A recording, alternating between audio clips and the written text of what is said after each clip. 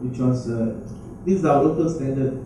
A group of experts sat around the table came out with standards. So all buildings exceeding 4,000 square meters of air-conditioned space must have an EMS system. They talked about OTTV, which is overall thermal transfer value, the amount of heat that comes in through solar radiation into the building should not be more than 50, and also the RTTV, which is the roof thermal transfer value. So this standard was developed and launched.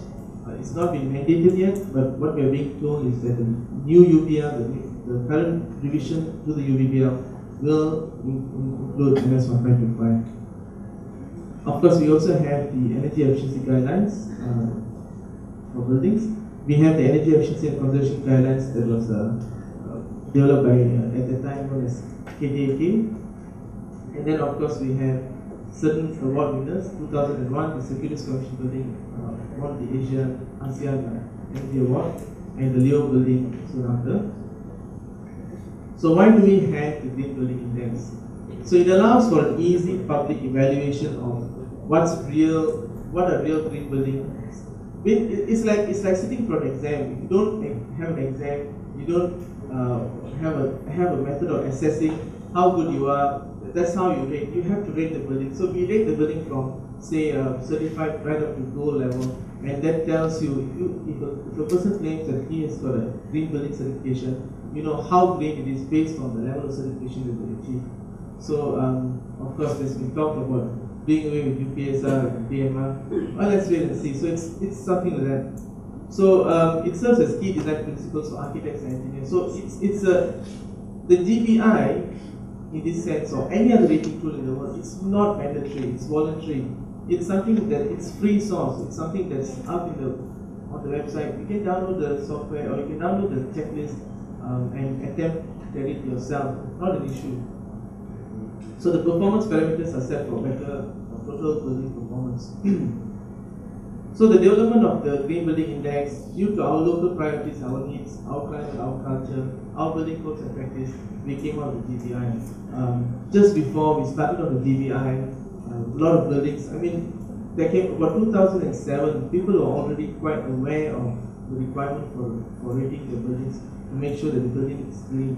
So since we did not have a local tool, a lot of them were turning to LEED. LEED is an American system. Then we had the Green Mark. Of course, BREEAM was not being promoted that much. Green Star of Australia. Green Star was not certifying buildings outside of Australia. And during one of the dinners, one of the bank guys came back and said that a lot of the foreigners, a lot of the MNCs were looking at relocating to Singapore because they had more green buildings than we did. So it was actually a major issue. So there were panic buttons being pressed all over the place. People were panicking. Just about the same time, MGBC was formed. MGBC is the Malaysian Green Building Confederation, and we started working on the rating tool. And we had issues getting MGBC registered. So I don't want to say it here, but the ROS was giving us a bit of run around. So what happened was we developed the tools.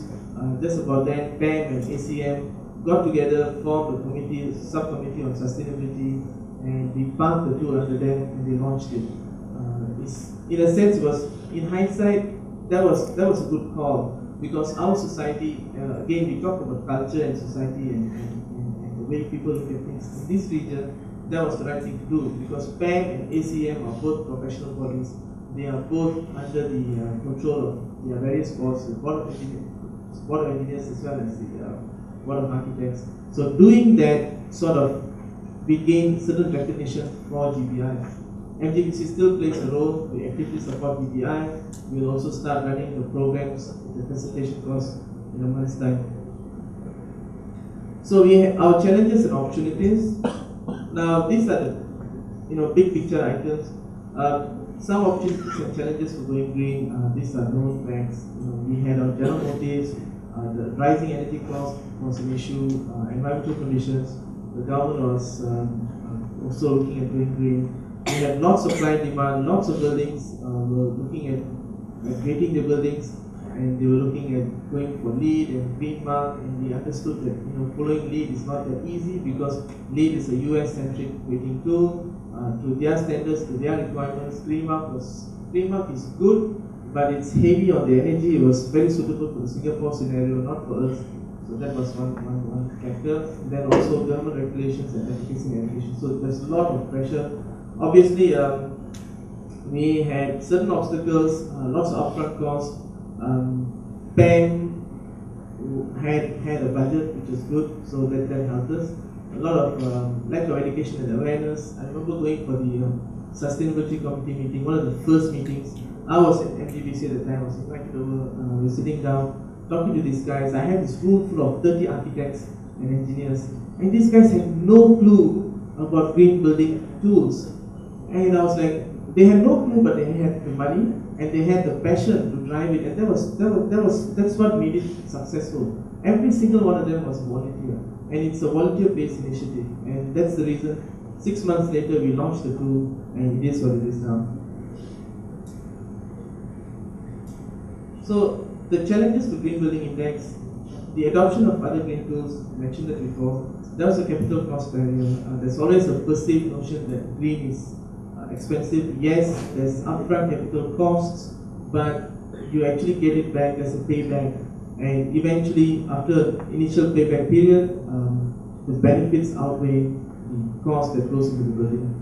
It's not in the local building codes. We have 1525, which has got very good, which establishes very good baselines, but it's not implemented here. So when UBBL gets revised, MS 1525 gets incorporated, then you'll be raising the baseline, and the adoption of green becomes easier.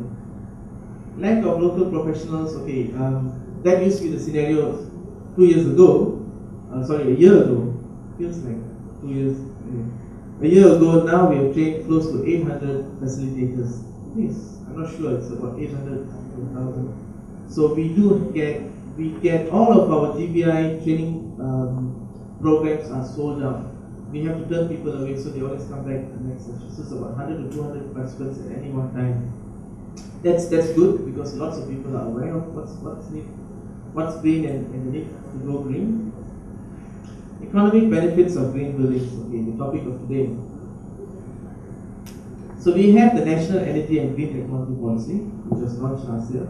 The Budget 2010, there were some green incentives. The support of the Building Industries President's Council, we have that. And UBBL is being amended, so the GBI tool takes the UBL as its baseline. So whatever that's required in 1525 becomes base requirement for GBI. So if UBBL gets revised, that makes our life a lot easier. Existing green codes and practices, and GBI training of green professionals. That's the market that's coming up. The training of the green building market is on the rise. As you can see, of recent time, Nasri was telling me that multitudes of suppliers and manufacturers out there who want a piece of the cake, which is good, because at the end of the day, we are working towards a better environment for everyone. So green buildings have many benefits. Okay, better use of building resources, significant operational savings, and increased workplace productivity. Building green also sends the right message about your commitment or your organization to the society at large. Okay, life cycle costs. It's actually, the life cycle analysis is a method for assessing the total cost of facility ownership. So viewed over a 30-year period, what the studies actually show, actually this report is also done by the USBDC. Studies show that only about 2% of the total cost of a building over a 30-year life cycle is attributed to design and construction, 6% on maintenance, and the rest of it, a whopping 92%, has got to do with personnel salaries. Now there are challenges here. People always ask, okay, if I own the building, yes, that's the sort of impact we have. And a lot of buildings over here are speculative in nature. You build a building to sell it off. So you may say you're only interested in the capital savings or the upfront profits that you get. But if you're talking about building ownerships, owner-occupied buildings, this is a condition that we're looking at. 92% of the cost of a building over a 30-year life cycle is attributed to staff salaries. So the retention of staff becomes a major issue. If you can reduce your staff turnover, that's how much you actually save. So there's